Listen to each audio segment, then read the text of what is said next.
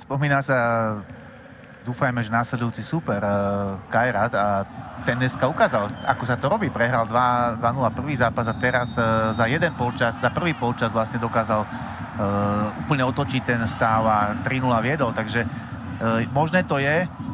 Ja si nemyslím, že Zrinský Mostar na to má kvalitu. Videli sme ako odkop od brankára Takáča išiel až do útočnej zóny. Barsegian je v šanci, možnosť pre Slovan Weiss. Taktiež ako keby zakopol ešte predtým, alebo sa pošmykol predtým, ako už áno. Zrejme to budú tie protesty, hej. Tu vidíme šancu Slovana, odkop od Takáča, ktorý sa dostal k Barsegianovi. Tolič potom takto prihral cez stopera Mašiča. A tuto je tá situácia, ktorá jeden na jedného ide. Proste myslím, že trošku videl dobre Vlada, áno. Má, aby v druhom počase ešte aj v tej útočnej fáze trochu pridal. Rus zareagoval, ale nedostal sa k lopte skôr ako domáci nový hráč Mikič a je tu zakončenie z pravej strany, ku ktorému sa dostal obranca Sušič. Tak toto bola pomerne nádejná pozícia pre domácich hráčov z Zrinského Mostar v súvislosti s tým, ako vyzerala ich ofenzíva v priebehu prvého polčasu. Nadstavujú sa 2 minúty na jeho konci. Ešte raz, ako Mikič prešiel cez Krúza. Tak Krúz to zle vyhodnotil tú situáciu, pretože opustil svoju stranu. Na čiare Surdanovič. Lopta na Mamiča, ktorý dostal priestor na center a veľká možnosť z voleja pre Mikiča.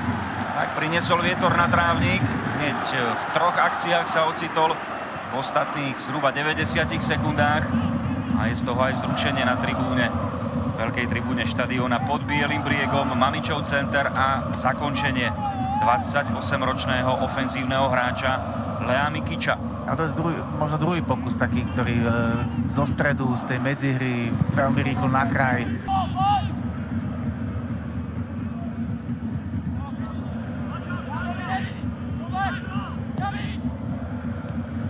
A zakončenie Nemaniu Bilbiu.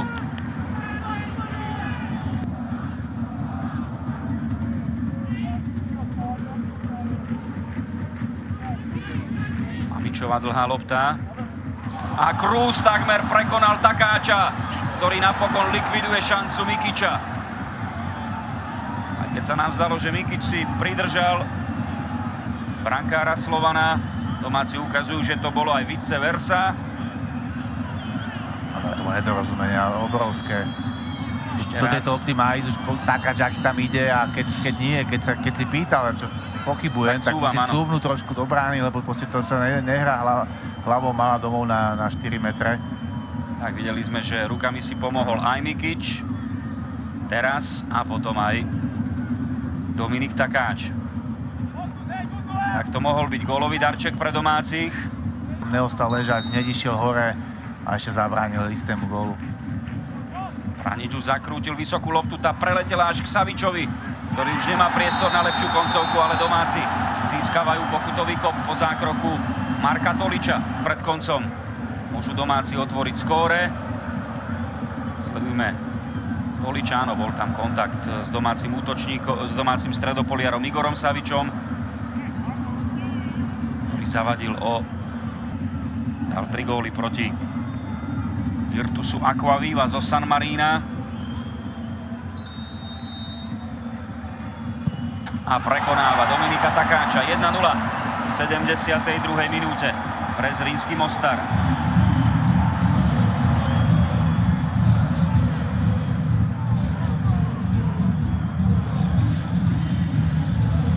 A trošku je to taká fáza, keď musím povedať, že zo strany Slovana je tam vidno, že ten zápas je pre nich ako keby rozhodnutý. Množia sa chyby, také rozhodnutia, ktoré by sa dali možno tomu predísť. Nejdú hráči do takého posledného kroku.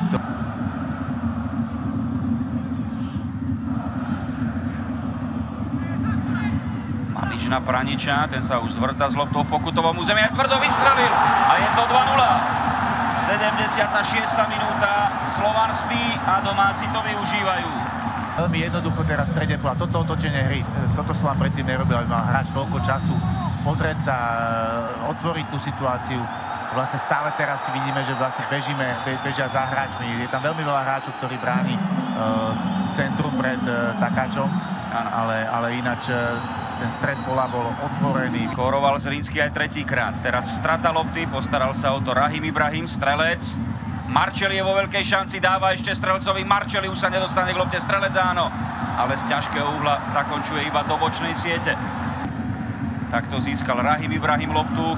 Súboj so Surdanovičom. Takéto napadanie od Ibrahima v tom vyvážaní lopty. Marčeli sa snažil druhýkrát dostať k lopte.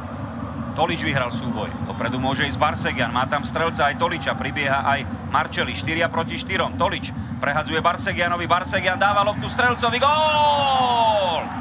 80. minúta. Dávid Strelec. 1-2 z pohľadu Slovana Bratislava. A v každom prípade zrejme vyriešenie problémov, ktorí mohli nastať v prípade toho, ak by Slovan inkasoval na 0-3. Celkové skóre 5-2 pre Slovan. Dávid Strelec znižuje v odvete na 1-2. Tak tu bolo vidno, že ako domáci otvorili ten priestor. Evidentne, samozrejme, za stavu 2-0 vedia, že 2 góly ešte musia dať a veľký počet hráčov vlastne poslali smerom dopredu a zisk Slovana v strede pola okolo poliacej čiary a otvorený priestor pre myslím, že Barsegiana, ktorý to Tolič na Barsegiana, ten mal pred sebou dlhý priestor a veľmi dobre si s Toličom vymenili loptu. Nábeh Toliča. Strelec z takej pozícii, kde čakal. Ale veľmi dobre zakončil. Spolupráca Tolič, Barsegian a Dávid Strelec, jeho 9. gól v európskych pohárových súťažiach za bratislavský Slovan. Petar Mamič, neustále centrujúci do 16, tento raz odvrátil Kašia. Z pravej strany Mateo Sušič. A pozor na koncovku Tomislava Kiša. Striedajúci Tomislav Kiš. A tu vidíme vlastne centrujúci hráč a 2, 4, 6 hráči. Ľavé krídlo Marčeli sa presunie na pravú stranu. Teraz môžu veľa si zaútočiť. Marčeli dostal dobrú prihrávku od Rahima Ibrahima. A pozor, Strelec vyrovná. Áno, 2-2. 87. minúta, hrubá chyba domáceho tímu. A muž z lavičky Dávid Strelec zaznamenáva na štadióne pod Bielým briegom v Mostare druhý gól.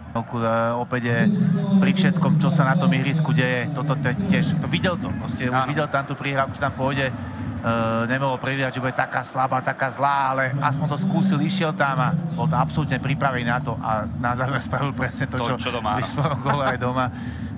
Vtedy to bola zasekávačka na Iliu Mašiča. Predu 4 hráči, ale vidíme, že odpojený od stredu poľa. Aj preto Rahim Ibrahim stratil loptu a to bol zároveň posledný moment odvetného zápasu v Mostare. Bratislavský Slovan postupuje s celkovým skóre 6-2.